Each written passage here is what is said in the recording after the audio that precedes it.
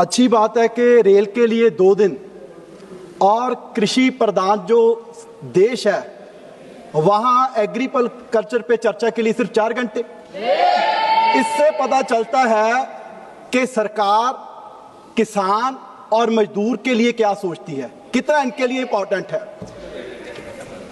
अध्यक्ष जी, मैं पंजाब से आता हूं और हमारे लिए किसानी सबसे इंपॉर्टेंट है।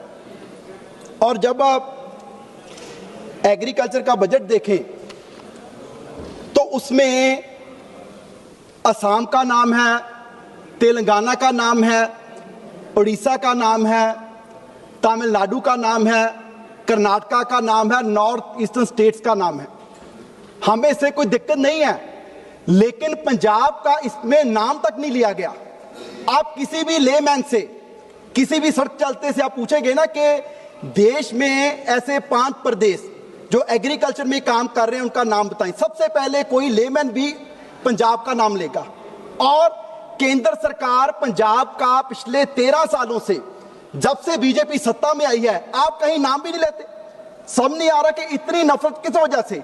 और पंजाब वो प्रदेश है जिसकी जो हमारा क्षेत्रफल है वो मात्र 1.5% है। और मंत्री जी, 1.5% के बावजूद हम 18% गेहूं में कंट्रीब्यूट कर रहे हैं और 12% चावल में कंट्रीब्यूट कर रहे हैं। और इसके बदले में हमने अपना पानी बर्बाद कर लिया, हमने अपनी धरती बर्बाद कर ली, क्योंकि केमिकल्स का, फर्टिलाइजर का जो यूज हो रहा है इस देश का पेट भरने के लिए, उससे जो रिसेंटली रिपोर्ट आई है ministry of health and family welfare के अनुसार, पंजाब में अध्यक्ष जी रोज 68 मौतें कैंसर की वजह से हो रही हैं। और इसका बड़ा कारण जो केमिकल फर्टिलाइजर्स की यूज ग्रीन रेवोल्यूशन के लिए हम वहां लेके आए, उसी की वजह से। और इसे कंपनसेट करने के लिए देश की सरकार क्या कर रही है? आपने कहा जी कि हम किसानों की आमदन 2 गुना कर देंगे। पंजाब के, देश के किसानों के साथ आपने लिखित में वादा किया कि आपको एमएसपी की गारंटी देंगे, और कहीं जिक्र तक नहीं करते।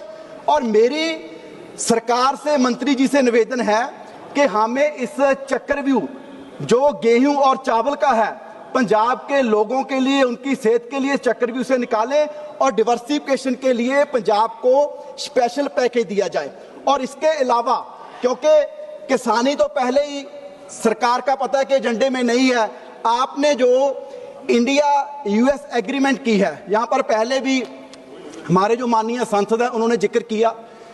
अध्यक्ष जी, अमेरिका में जो एवरेज सब्सिडी मिलती है किसान को वो 27 लाख है, और हमारे भारत में सिर्फ 6,000। क्या आपको लगता है कि 6,000 वाला 27 लाख वाले से कम्पीट कर पाएगा? एग्रीकल्चर एक ऐसा फील्ड था जिसको हर सरकार ने, कांग्रेस रही हो, गठबंधन की रही हो, जैसे पहले अटल जी की सरकार रही हो, हर सरकार ने उसे प्रोटेक्ट करके रखा। लेकिन इस सरकार की पता नहीं क्या मजबूरी है, आपने एग्रीकल्चर भी नहीं छोड़ा। और इसमें मुझे समझ नहीं आ रहा कि इन समझौतों से सरकार को फायदा क्या हो रहा है। हमारे ना जैसे पंजाबी में कह रहते हैं कि जी चलो खर्चता हो गया, टौर बन गई, कि लड़के की बड़ी शादी कर ली, बड़ा मकान बना लिया, कि चलो पैसे तो लग गए लेकिन इज्जत बन गई। अमेरिका आपको आर्थिक तौर पे भी ठोक रहा है और दूसरी तरफ आपको रोज पूरी दुनिया के सामने बेइज्जत भी कर रहा है। वो डिक्टेट करता है कि आप रशिया से तेल लेंगे या नहीं लेंगे, और कहता है जी 1 महीने के लिए ले लीजिए। तो हमें फायदा क्या हो रहा है इस एग्रीमेंट का? तो मेरा सरकार से निवेदन है कि भारत के किसानों के लिए इस एग्रीमेंट को तुरंत रद्द किया जाए। और दूसरा, मंत्री जहां बैठे हैं, पंजाब का 8500 करोड़ रुपया आरडीएफ का रोक रखा है। उसके लिए कह रहे हैं जी कि जो पिछले 5 साल, बस 1 मिनट, कांग्रेस की सरकार थी, उन्होंने आरडीएफ का मिसयूज किया, इसलिए हमने रोक लिया। मंत्री जी, गलती उन लोगों ने की, और जो समय के मुख्यमंत्री थे वो आज बीजेपी में हैं। गलती बीजेपी वालों ने की, आपकी पार्टी में है, आपने दंड लगाना उनको लगाइए ना, कैप्टन अमरिंदर सिंह को। उसकी वजह से पंजाब के किसानों का, जो उनकी फसल से आरडीएफ का पैसा काटा जा रहा है, उनको क्यों दंड दिया जा रहा है? सो मेरा निवेदन है कि पंजाब का 8500 करोड़ रुपया वो पंजाब को दिया जाए। और लास्ट में अध्यक्ष जी, पंजाबी साडे कहंदे है कि आड़तीए ते जिहड़े किसान आ उनदा 9 मास का रिश्ता है।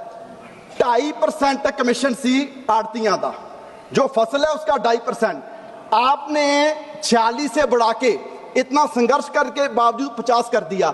सो मेरा सरकार से, मंत्री से निवेदन है कि उनका कमीशन है वो फिर से 2.5% किया जाए, ताकि जो हमारा मंडियों का सिस्टम है वो मजबूती से चल सके। सो लास्ट में इतना ही कहूंगा कि पंजाब को डिवर्सिफिकेशन के लिए कुछ स्पेशल पैकेज दिया जाए, आरडीएफ का पैसा हमारा वापस दिया जाए, और जो एमएसपी की गारंटी का वादा किया था वो गारंटी पंजाब के देश के किसानों के साथ पूरी की जाए। माननीय सदस्य श्री किरण कुमार रेड्डी जी।